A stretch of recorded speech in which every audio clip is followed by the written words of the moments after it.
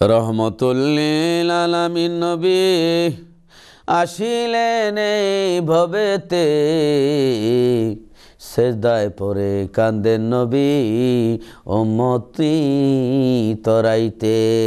বালাগাল উলা বিকামালিহি কাশাফাদ দুজা বিজামালিহি হাসনাত জামিউ খিসালিহি সাল্লু আলাইহি ওয়ালিহি। প্রিয় দর্শক শ্রোতা, হযরত খাদিজাতুল কুবরা রাদিয়াল্লাহু তাআলা আনহার সকল শর্তই তিনি মেনে নিলেন। হযরত খাদিজাতুল কুবরা রাদিয়াল্লাহু তাআলা আনহার ইন্তেকাল হয়ে গেল। আমার নবীর চক্ষু মোবারকে পানি মোবারক, একবার আকাশের দিকে নবী আমার তাকায় কান্দেন, আরেকবার খাদিজার দিকে তাকায় কান্দেন, আর বলেন, আল্লাহ আমার খাদিজা তো আমারে ছেড়ে চলে গেছেন, আমার খাদিজা আমার জন্য পাহাড়ের গুহায় খাদ্য নিয়ে গেছেন, খাদিজা আমার জন্য এবং তোমার রাস্তায় সব কিছু দান খয়রাত করে দিয়েছেন। এই খাদিজা আমার জন্য রাতের অন্ধকারে ঘুমায় না, দরজার মধ্যে হেলান দিয়ে দিয়ে দাঁড়ায় থাকতো, আমি কোন সময় ঘরে আসব। খাদিজার ঋণ কোনোদিন পরিশোধ করা সম্ভব না। খাদিজা এত ইসলামের খেদমত করেছেন, সুবহানাল্লাহ। আমার নবী কান্দেন। হাদিসের মধ্যে আসছে, যে স্বামী স্ত্রীর জন্য কাঁদে, চোখের পানি ছেড়ে দেয়, আল্লাহ রাব্বুল আলামিন স্ত্রীর কবর আযাব আল্লাহ মাফ করে দেন, সুবহানাল্লাহ, আল্লাহু আকবার। এই স্বামীর চোখের পানি, স্বামীর মহব্বতের কারণে স্ত্রীরে আল্লাহ মাফ করে দেন, সুবহানাল্লাহ। আর যে স্ত্রী মরার পরে স্বামী বলে মনে মনে যে আল্লাহ বাঁচাইছো, এই আজরাইল যে মারা গেছে, সুবহানাল্লাহ, নাউজুবিল্লাহ, এই সমস্ত স্ত্রীদের জন্য জাহান্নামের আগুন রেডি। অতএব স্বামী স্ত্রীর মধ্যে মহব্বত, সেটা একটা ইবাদত। স্বামী যদি স্ত্রীর দিকে চায়, স্ত্রী যদি স্বামীর দিকে মহব্বতের নজরে চায়, তাহলে 70 রাকাত নফল নামাজের সওয়াব হয়ে যায়। এখানে আরেকটি প্রসঙ্গ আমি অন্যদিন বলবো, কিন্তু আল্লাহর ভয়ে যে চোখ কান্দে, সেই চোখের জন্য দুজকের আগুন হারাম। আমার নবীজি বলেছেন তিরমিজি শরীফের মধ্যে, সুবহানাল্লাহ আলাইহি, আমার দয়াল নবীজির রাহমাতুল লিল আলামিন কান্দেন। যাই হোক, হযরত খাদিজাতুল কুবরা রাদিয়াল্লাহু তাআলা আনহার এবার কাফনের জন্য আমার নবী পুরাতন জুব্বা মুবারক দিয়ে কাফন লাগাইয়া দিলেন। নবীজি ইমামতি, জানাজার ইমামতি করলেন। এবার হযরত খাদিজাতুল কুবরা রাদিয়াল্লাহু তাআলা আনহার লাশ কিনে কবরের পার যাওয়া হলো।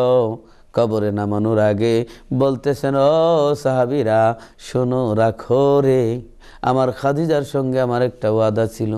খাদিজার লাশ কবরে শোয়ানোর আগে আমি শুইবার জন্য একটা ওয়াদা ছিল, রাখো। আল্লাহর নবী কিতাবের মধ্যে আসছে, আল্লাহর নবী এবার এই কবরের মধ্যে ঢুকলেন। ঢুকিয়া নবী পাক সাল্লাল্লাহু আলাইহি সাল্লাম পোশাকগুলি খুলিয়া খালি শরীর মোবারক দিয়া এই কবরের মাটির মধ্যে শুইলেন। কবরে শুইয়া বলতেছেন, কবরের মাটি রে, ও কবরের মাটি, তোমার মধ্যে এমন একজন রেখে যায়। হযরতে ফাতেমার মা এবং আমার বাচ্চারা, সন্তানরা যে লালন পালন করেছে, যার ওরস থেকে আমার মেয়েরা, ছেলেরা 4 জন ছেলে তো ছিল, শিশু অবস্থায় আল্লাহ উঠায় নিলেন। হযরত খাদিজাতুল কুবরা রাদিয়াল্লাহু তাআলা আনহার গড়েই তারা জন্ম হয়েছিলেন। 4 মেয়ে 4 ছেলে, 4 জন তো 4 ছেলে, কাসেম, তৈয়ব, তাহের, ইব্রাহিম, নবীজির 4 জন ছেলে। শিশু বয়সে আল্লাহ উঠায় নিয়ে গেলেন। নবীর ছেলেরা নবী হইতে হয়, আল্লাহর নবী শেষ নবী, এই জন্য ছেলেদেরকে আল্লাহ উঠায় নিলেন। অতএব আর নবীর পরে আর কোন নবী আসবেন না। লা নাবিয়া বাদি আনা খাতামান নবিয়িনা, লা নাবিয়া বাদি, আমি শেষ নবী, আমার পরে আর কোনো নবী আসবেন না। যারা বলে নবী আমাদের মতো, হে নবীর মতো নবুয়ত দাবি করতে চায়, অতএব এদের থেকে সাবধান। যে রসুলের কোয়ালিটি আমাদের কোয়ালিটি ভিন্ন। রসুল সিলেকশনে হইছে, আর আমরা ইলেকশনে হই। সিলেকশন আর ইলেকশন সমান জিনিস না। আল্লাহ নির্দিষ্ট করে নবীদেরকে আল্লাহ সৃষ্টি করেছেন, নবীদের সাথে কারো তুলনা হয় না। নবীরা মানুষ ছিলেন, তাই বলে আমাদের মতো মানুষ নন। এখানে আমরা খুব ভেরি সেন্সিটিভ এরিয়া। ইমান চলে যাবে এক চুল পরিমাণ বেয়াদবি করলে রসুলের শানে। আমাদের দেশে, এই দেশে কত পণ্ডিতেরা এই কোরআন হাদিসের অপব্যাখ্যা করে, 1 টাকার মৌলবি না, সে 14 টাকার কলম নিয়ে ইসলামের লেখে আল্লাহ রসুলের শানে বেয়াদবি যে লেখে রসুল্লাহ সাল্লাল্লাহু আলাইহি ওয়াসাল্লাম ভুল ত্রুটি করছেন, সাহাবীরা সত্যের মাপকাঠি নন। এরপরে অলিয়ারা এদেরকে মানা যাবে না। এরপরে আপনার বলে কোরআনের তফসির, রঙিন কোরআন শরীফ বানায়া, শখের কোরআন বানায়া, বিভিন্ন কোরআনের নামে বিভিন্ন কোরআন, যেমন মওদুদি তাফহিমুল কোরআন লেখছে, এই সমস্ত কোরআনের ব্যাখ্যার মধ্যে ইজাজ আর সূরার মধ্যে লেখছে যে নবীজি ভুল ত্রুটি করছেন, নবীজি গুনাহগার লেখছে, নাউজুবিল্লাহ। এই সমস্ত বেয়াদবদের থেকে হুঁশিয়ার থাকতে হবে। ওয়াস্তাগফিরহু ইন্নাহু কানা তাওয়াবা, যে হে নবী আপনি ক্ষমা চান, তওবা করুন। কার জন্য? আইলি জাম্বি উম্মতিকা। এনে তফসিরের মধ্যে আছে হে নবী আপনার উম্মতের গুনার লাগি মাফ চান। এবং মওদুদি সাহেব এবং অনুসারীরা এবং যারা এই অপব্যাখ্যাকারীরা তারা লিখছে নবী গুনাহগার এবং নবী ভুল ত্রুটি করছেন, এই সমস্ত কথা লিখছে। নাউজুবিল্লাহ। আমার কাছে প্রমাণগুলি আছে, শুধু আমার কাছে না, মার্কেটও দেখে বই পুস্তকও তারা লিখছে। আজকে তাদের উপরে অধপতন আসার কারণ হলো নবীর শানে বেয়াদবি, অলিদের শানে বেয়াদবি, আল্লাহর অলিদের মাজারের শানে বেয়াদবি। এই সমস্ত বেয়াদবির কারণে তাদের উপরে জমিনি আসমানি গজব আসতেছে। এবং আমরা এই সমস্ত বেয়াদবি রসুলদের থেকে হুঁশিয়ার থাকতে হবে। আমরা ইসলাম নাম শুনলেই দৌড় দিব না, আমরা যাচাই বাছাই করব যে ইসলামের নামে কি হচ্ছে।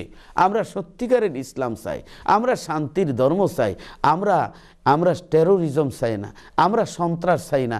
আমরা ইসলাম একমাত্র শান্তির ধর্ম।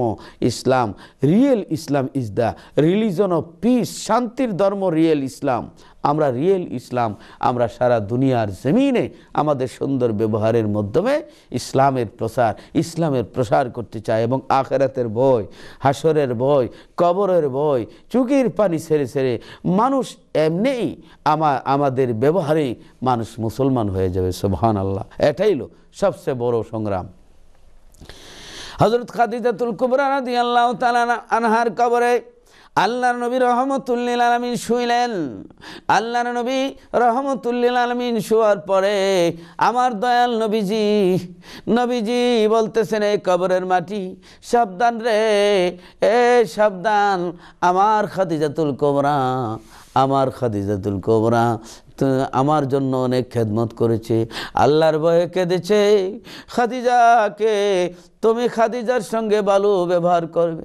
আল্লাহর নবী কথা বলে যখন উপরে উঠলেন, উপরে ওঠার পরে যখন উপরে আপনার ওইভাবে কবরকে ঘুরে ফেলা হলো, মাটি দেওয়া হলো, এবার সবাই চলে আসতেছে। আমার নবী কবরের পার দাঁড়িয়ে আছেন। সুবহানাল্লাহ। এই কথাগুলি আমি আবারও বলছি, ইনশাআল্লাহ আশা করি আপনারা আমার সঙ্গেই থাকবেন।